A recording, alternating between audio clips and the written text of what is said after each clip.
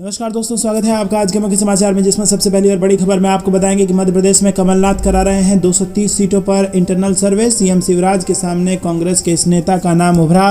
दूसरी breaking news में जिक्र होगा कि हर दरवाजे पर भारत जोड़ो यात्रा का स्टिकर चिपकाएगी कांग्रेस, सरकार के खिलाफ चार्जशीट की तैयारी। तीसरी ब्रेकिंग न्यूज में जिक्र होगा कि राहुल गांधी के बाद मीडिया पर भड़के वरुण गांधी, बोले ये लोग 24 घंटे सिर्फ हिंदू मुसलमान कर रहे हैं, बीजेपी सांसद की तारीफ कर रहे हैं लोग।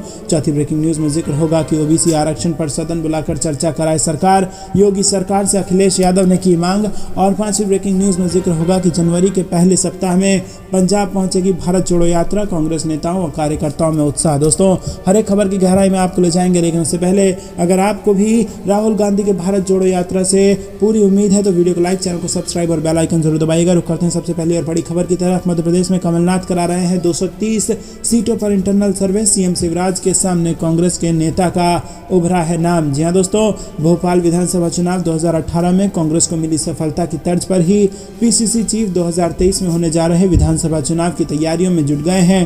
पीसीसी चीफ कमलनाथ अपने चिर परिचित अंदाज में कांग्रेस नेताओं की स्थिति जानने के लिए सर्वे करा रहे हैं। पहला सर्वे हो गया है, दूसरा जारी है, जिसकी फरवरी महीने में रिपोर्ट आ जाएगी। हालांकि सर्वे के आधार पर अंदर की जो रिपोर्ट सामने आई है उसमें मध्य प्रदेश कांग्रेस के 37 विधायक और 17 पूर्व मंत्रियों की स्थिति मजबूत है।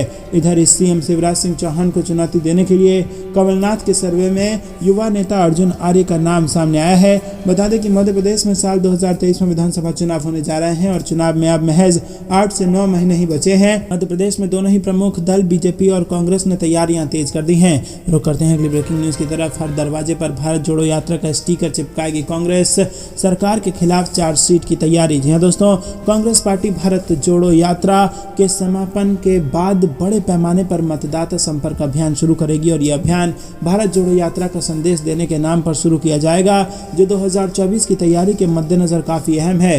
पार्टी ने इसके लिए मेगा प्लान तैयार किया है और हाथ से हाथ जोड़ो अभियान के तहत पार्टी नेता पूरे देश में पदयात्रा भी करेंगे। 26 जनवरी के बाद पार्टी कार्यकर्ता पूरे देश में हर दरवाजे पर भारत जोड़ो यात्रा के स्टिकर चिपकाएंगे और इसके जरिए राहुल गांधी को हर घर तक पहुंचाने की योजना है।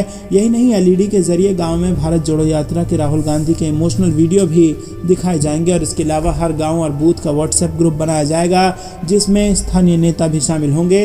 बूथ पर कांग्रेस मजबूत करने का प्लान है, जिसके तहत मेला लगाने से लेकर बाइक रैली करने तक का कार्यक्रम शामिल है।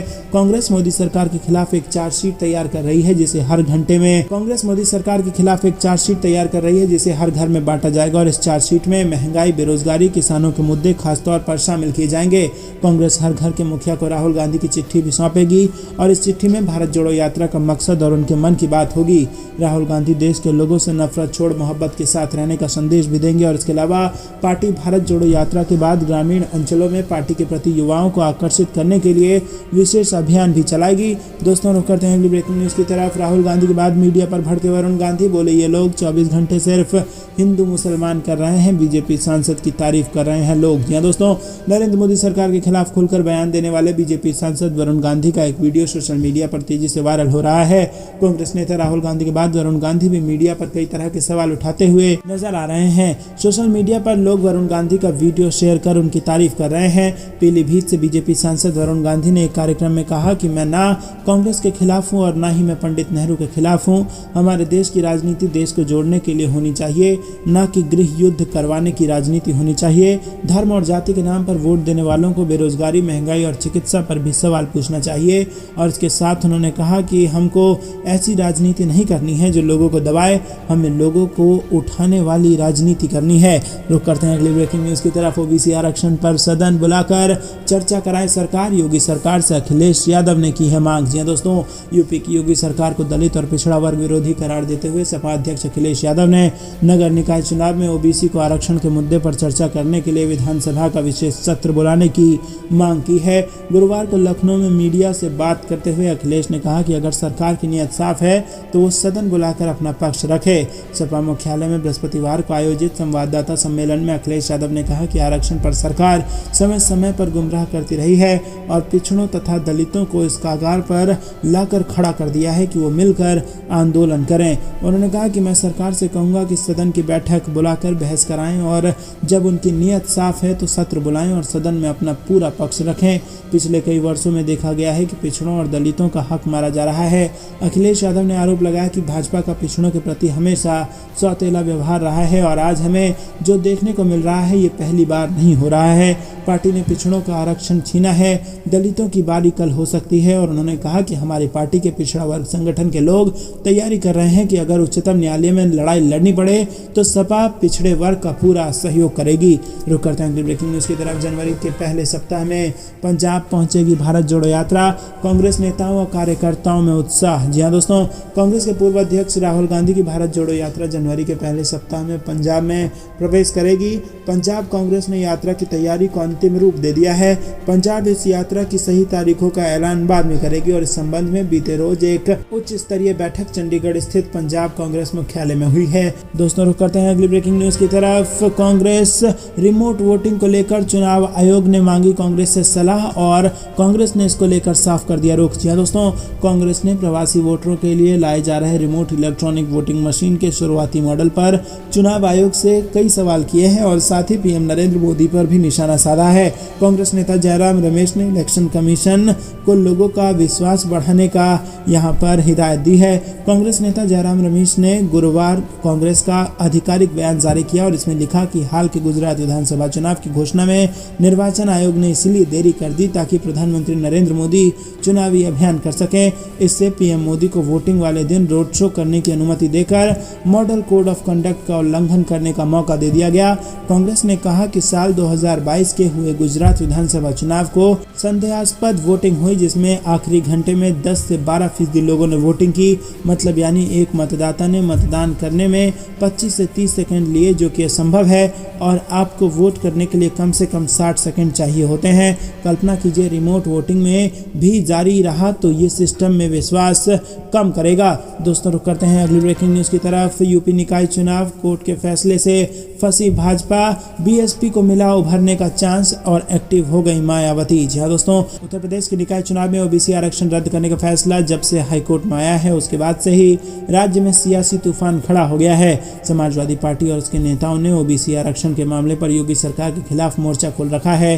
सपा ने जिस तरह से आक्रमण रुख अपनाया है उस तरह से बसपा के तेवर नजर नहीं आ रहे हैं। ओबीसी आरक्षण के मुद्दे पर सपा प्रमुख अखिलेश यादव से पिछड़ती बसपा सुप्रीमो मायावती अब बढ़त लेने के लिए लखनऊ में शुक्रवार को बड़ी बैठक बुलाई है। मायावती ने बैठक में पार्टी के सभी बड़े नेता, मंडल कोऑर्डिनेटर, सेक्टर कोऑर्डिनेटर और बामसेफ के जिला संयोजक व पार्टी जिला अध्यक्ष बुलाया है। रुक करते हैं अगली ब्रेकिंग न्यूज की तरफ।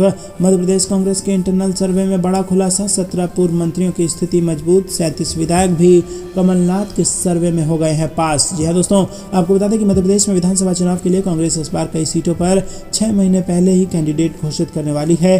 पार्टी ने प्रदेश की 230 सीटों पर दूसरा इंटरनल सर्वे करा लिया है और सर्वे की अंतिम रिपोर्ट फरवरी में आएगी। लेकिन दोस्तों आपको बता दें कि कांग्रेस ने मौजूदा 95 विधायकों में 37 विधायक और 17 पूर्व मंत्रियों की ग्राउंड स्थिति मजबूत पाई है और उन्हें चुनावी तैयारी करने के लिए भी अभी से कह दिया गया है।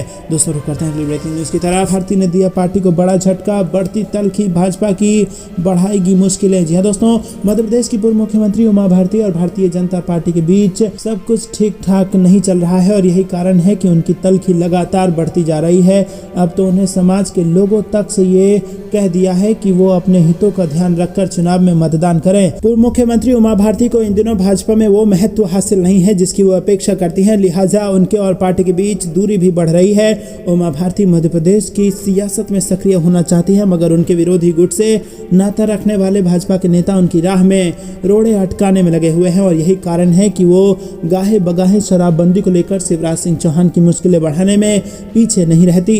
दोस्तों रुक करते हैं अगली ब्रेकिंग न्यूज की तरफ। कमलनाथ फिर लगा रहे वादों की झड़ी, अब बुजुर्गों को दिलाया भरोसा, ये होगा और किया ये ऐलान। जी हाँ दोस्तों, मध्य प्रदेश विधानसभा चुनाव में अब ज़्यादा समय नहीं बचा है और साल 2023 के अंतिम महीनों में चुनाव हो सकते हैं। बीजेपी और कांग्रेस अभी से मिशन मोड में दिखाई देने लगी है और आगामी विधानसभा चुनाव को देखते हुए एक तरफ एमपी के मुख्यमंत्री वादों की झड़ी लगा रहे हैं तो दूसरी तरफ कांग्रेस की ओर से पूर्व सीएम कमलनाथ भी पीछे नहीं है और प्रदेश की जनता से एक के बाद एक वादे किए हैं उन्होंने। और बुधवार को कांग्रेस के 138वें स्थापना दिवस के अवसर पर पूर्व सीएम ने मध्य प्रदेश के बुजुर्गों से वादा किया है कि यदि प्रदेश में कांग्रेस की सरकार बनती है तो प्रदेश में बुजुर्गों की पेंशन 1000 रुपये कर दी जाएगी। दोस्तों, इसी के साथ उन्होंने कहा कि हमने विधवा बहनों की पेंशन को 300 से बढ़ाकर 600 रुपये किया है और हम इसे 1000 रुपये करने ही वाले थे कि बीजेपी ने सौदेबाजी के बल पर हमारी सरकार गिरा दी। नतीजा ये निकला कि जरूरतमंद बहनों का 1000 महीने पेंशन का हक मारा गया। मध्य प्रदेश में कांग्रेस सरकार बनते ही हम विधवा पेंशन को बढ़ाकर 1000 महीना कर देंगे।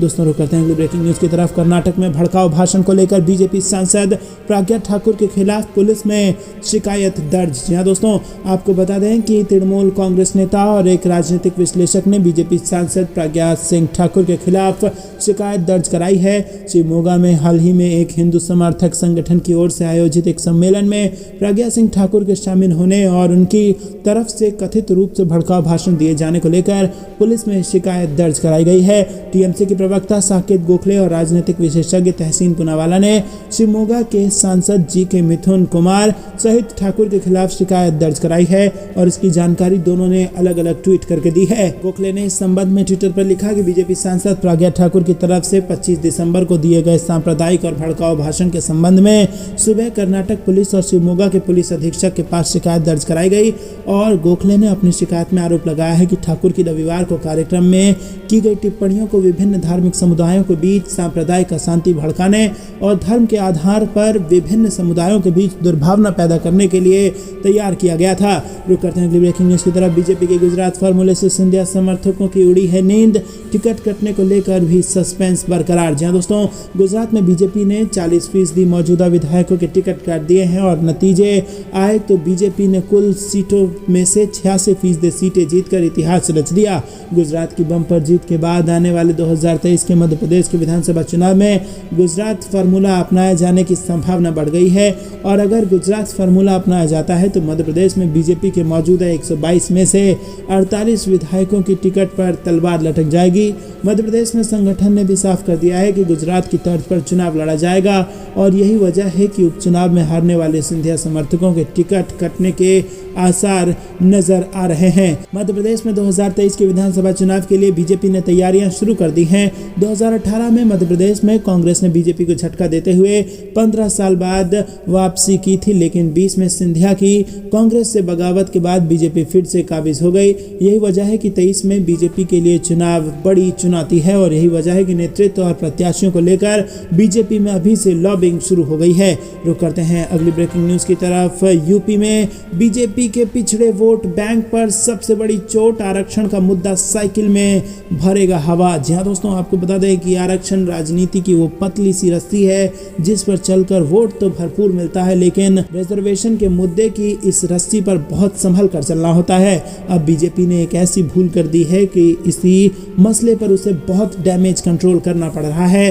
अब असल में उत्तर प्रदेश नगर निकाय चुनाव के लिए सरकार की ओर से जारी ओबीसी आरक्षण को इलाहाबाद हाईकोर्ट के लखनऊ बेंच ने रद्द कर दिया था और इस एक फैसले ने योगी सरकार की मंशा पर ऐसे सवाल उठा दिए कि अखिलेश से लेकर मायावती तक इसमें एक बड़ा मुद्दा उनको दिखने लगा है और मुद्दा आरक्षण का, मुद्दा पिछड़े वोट बैंक का है। दोस्तों, आपको बता दें कि बीजेपी से चूक तो हुई है, लेकिन ये ज्यादा जरूरी है समझना कि इस मुद्दे ने देश की सबसे बड़ी पार्टी को बड़ी मुश्किल में डाल दिया है।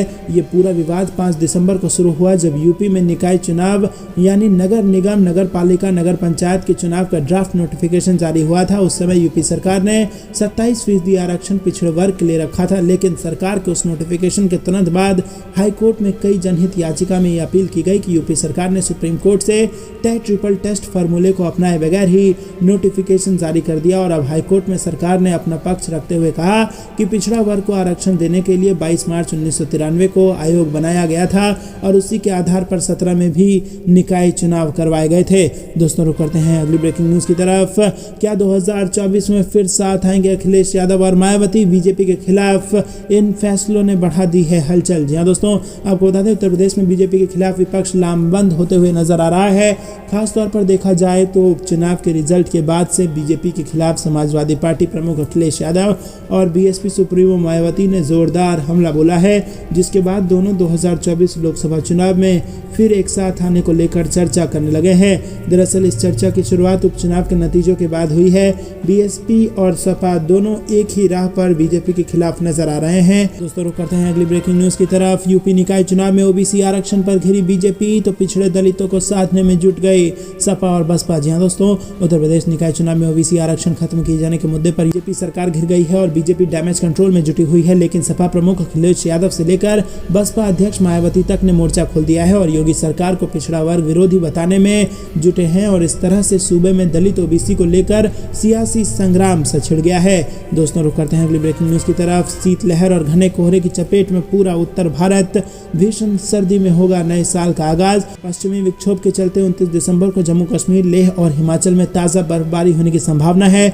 उत्तर पंजाब में कुछ जगहों पर बूंदाबांदी हो सकती है और इसके चलते लोगों को 31 दिसंबर और 1 जनवरी को एक बार फिर भीषण शीतलहर का सामना करना पड़ेगा। दोस्तों रुक करते हैं अगली ब्रेकिंग न्यूज की तरफ। अखिलेश यादव और मायावती बढ़ाएंगे राहुल गांधी का हौसला, कांग्रेस ने भेज दिया है भारत जोड़ो यात्रा का न्योता। जी हां दोस्तों, कांग्रेस नेता राहुल गांधी की अगुवाई में चल रही भारत जोड़ो यात्रा आगामी 3 जनवरी को उत्तर प्रदेश में दाखिल होने वाली है। कांग्रेस ने इसमें शिरकत के लिए सपा अध्यक्ष अखिलेश यादव और बसपा सुप्रीमो मायावती समेत विभिन्न विपक्षी दलों के नेताओं को निमंत्रण भेजा है। पार्टी की यूपी यूनिट के प्रवक्ता अशोक सिंह ने बताया कि अखिलेश यादव, सपा विधायक शिवपाल सिंह यादव, मायावती और रालोद के अध्यक्ष जयंत चौधरी को भारत जोड़ो यात्रा में शामिल होने के लिए सोमवार को निमंत्रण भेजा। पार्टी प्रवक्ता ने आगे बताया कि इसके अलावा सुहेलदेव भारतीय समाज पार्टी के मुखिया ओम प्रकाश राजभर और भारतीय कम्युनिस्ट पार्टी के सचिव अतुल अंजान को भी यात्रा का न्योता दिया गया है। उन्होंने बताया कि प्रदेश के पूर्व उप मुख्यमंत्री दिनेश शर्मा को भी निमंत्रण दिया गया है, लेकिन उन्हें लखनऊ विश्वविद्यालय के प्रोफेसर के रूप में आमंत्रित किया गया है। तो दोस्तों, दिनेश शर्मा को भी बुला लिया गया है और ऐसे में अब देखना होगा कि भारत जोड़ो यात्रा जब उत्तर प्रदेश में घुसेगी तो भाजपा में क्या हड़कंप मचेगा। आपको क्या कुछ लगता है कमेंट में जरूर बताइए। रुक करते हैं अगली ब्रेकिंग न्यूज की तरफ। 2024 में इस सीट से चुनाव लड़ेंगी प्रियंका गांधी, कांग्रेस के प्लान का हो चुका है खुलासा। जी हां दोस्तों, साल 2024 में होने वाले लोकसभा चुनाव के लिए कांग्रेस खास प्लान बना रही है और कांग्रेस पार्टी अगले लोकसभा चुनाव में राहुल गांधी और प्रियंका गांधी के बीच जिम्मेदारी बांटने वाली है। बताया जा रहा है कि राहुल गांधी दक्षिण भारत की जिम्मेदारी संभालेंगी, जबकि प्रियंका गांधी उत्तर भारत में पार्टी की कमान संभालेंगी। बता दें कि राहुल गांधी की भारत जोड़ो यात्रा नए साल में उत्तर प्रदेश में प्रवेश करेगी और यहाँ 3 दिनों तक चलेगी और इस यात्रा में राहुल गांधी के साथ प्रियंका गांधी भी शामिल होंगी।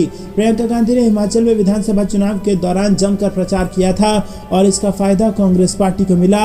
हिमाचल में कांग्रेस की जीत के बाद अब पार्टी अगले लोकसभा चुनाव में राहुल गांधी और प्रियंका गांधी के बीच जिम्मेदारी बांटने की रणनीति पर काम कर रही है। रुक करते हैं अगली ब्रेकिंग न्यूज की तरफ। भारत जोड़ो यात्रा के यूपी चरण के लिए रूट मैप जारी। राज्य में 130 किलोमीटर चलेगी यात्रा। 3 जनवरी को गाजियाबाद से एंट्री। जी हाँ दोस्तों, राहुल गांधी के नेतृत्व वाली कांग्रेस की भारत जोड़ो यात्रा अगले चरण में उत्तर प्रदेश में प्रवेश करने वाली है और यात्रा 3 जनवरी को दिल्ली से गाजियाबाद के लोनी बॉर्डर पहुंचेगी और इसी बीच कांग्रेस ने यूपी चरण के लिए भारत जोड़ो यात्रा का रूट मैप जारी कर दिया है। ये यात्रा दिल्ली से गाजियाबाद के रास्ते उत्तर प्रदेश में प्रवेश करेगी। यात्रा बागपत शामली होते हुए 130 किलोमीटर का सफर तय करके अगले चरण में फिर से हरियाणा पहुंच जाएगी। भारत जोड़ो यात्रा यूपी में 3 दिन तक चलेगी और इसके लिए पार्टी ने अपनी सभी तैयारियां लगभग पूरी कर ली हैं। यूपी में विपक्षी दलों के नेताओं के भी यात्रा में शामिल होने की उम्मीद है। रुक करते हैं अगली ब्रेकिंग न्यूज की तरफ। नए साल में बीजेपी नेताओं की छुट्टी करेंगे नीतीश सरकार और आरजेडी जेडीयू कांग्रेस नेताओं को बोर्ड निगम में नियुक्त करने की है तैयारी। जी हां दोस्तों, नीतीश सरकार द्वारा बिहार में बोर्ड निगम और आयोग का पुनर्गठन कर महागठबंधन में शामिल पार्टियों के वरिष्ठ नेताओं को उच्च पदों पर नियुक्त करने की संभावनाएं जताई गई हैं और महागठबंधन के एक वरिष्ठ नेता ने ये जानकारी दी है। और आपको बता दें कि शुक्रवार को 10 सर्कुलर रोड पर विधायक दल की हुई बैठक में उप मुख्यमंत्री व आरजेडी नेता तेजस्वी प्रसाद यादव ने इसका संकेत दिया था। वहीं आरजेडी विधायक दल की बैठक में प्रदेश अध्यक्ष जगदानंद सिंह के अलावा मंत्रियों, विधायकों और एमएलसी ने भाग लिया था और इस दौरान तेजस्वी यादव ने कहा कि संगठन में अच्छा प्रदर्शन करने वालों को जल्द ही पुनर्गठित किया जाने वाला बोर्ड और निगम में नियुक्ति की जाएगी। रुक करते हैं अगली ब्रेकिंग न्यूज की तरफ। ज्योतिरादित्य सिंधिया के गढ़ पर कांग्रेस की नजर। 2023 से पहले खास प्लान पर ध्यान। जी हाँ दोस्तों, मध्य प्रदेश में विधानसभा चुनाव को लेकर कांग्रेस पार्टी में मंथन का दौर चल रहा है और जल्द ही प्रदेश कांग्रेस संगठन में कई बड़े बदलाव हो सकते हैं और सबसे बड़ा फेरबदल ग्वालियर चंबल संभाग में देखने को मिल सकता है, जहां पार्टी इस बार मजबूत प्रदर्शन करने के लिए पूरा जोर लगाना चाहती है। बताया जा रहा है कि इसको लेकर दिल्ली में हाई लेवल मीटिंग हो चुकी है, जिसमें कांग्रेस के राष्ट्रीय अध्यक्ष मल्लिकार्जुन खड़गे, कांग्रेस की पूर्व अध्यक्ष सोनिया गांधी और राहुल गांधी के साथ मध्य प्रदेश कांग्रेस के चीफ कमलनाथ, नेता प्रतिपक्ष डॉक्टर गोविंद सिंह और दिग्विजय सिंह मौजूद रहे।